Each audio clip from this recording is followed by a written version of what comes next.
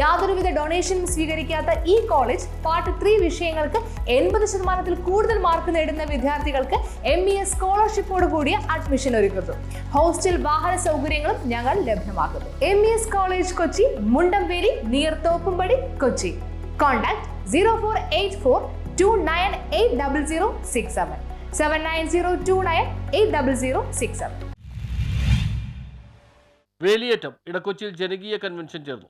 വേലിയേറ്റ പ്രശ്നത്തിന് പരിഹാരമുണ്ടാക്കണമെന്നാവശ്യപ്പെട്ടുകൊണ്ട് ഇടക്കൊച്ചി ജനകീയ കൺവെൻഷൻ ചേർന്നു.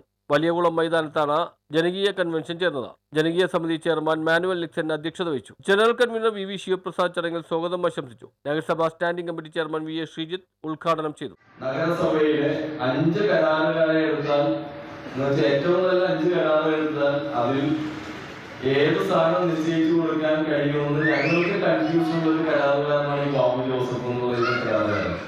എ ക്ലാസ് ജോലിയാണ്, വളരെ ആത്മാർത്ഥമായി ക്വാളിറ്റിയോടെ ജോലി ചെയ്യുന്ന ഒരു കരാറുകാരനാണ്. ഞാൻ അദ്ദേഹവുമായി സംസാരിച്ചു.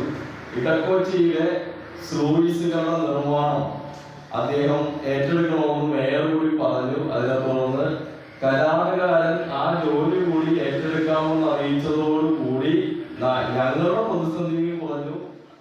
കൗൺസിലർമാരായ ജീജ ടെൻസൻ, അഭിലാഷ് തോപ്പിൽ തുടങ്ങിയവർ മുഖ്യാതിഥികളായിരുന്നു.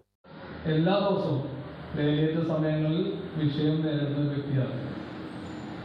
എല്ലായിടത്തും ഈ വിഷയങ്ങൾ എന്ത് എന്ന് പറഞ്ഞു പോവുകയല്ല. പക്ഷെ നമ്മുടെ ഇടക്കൊച്ചിയിലുണ്ടായിരുന്ന ഒരു വിഷയം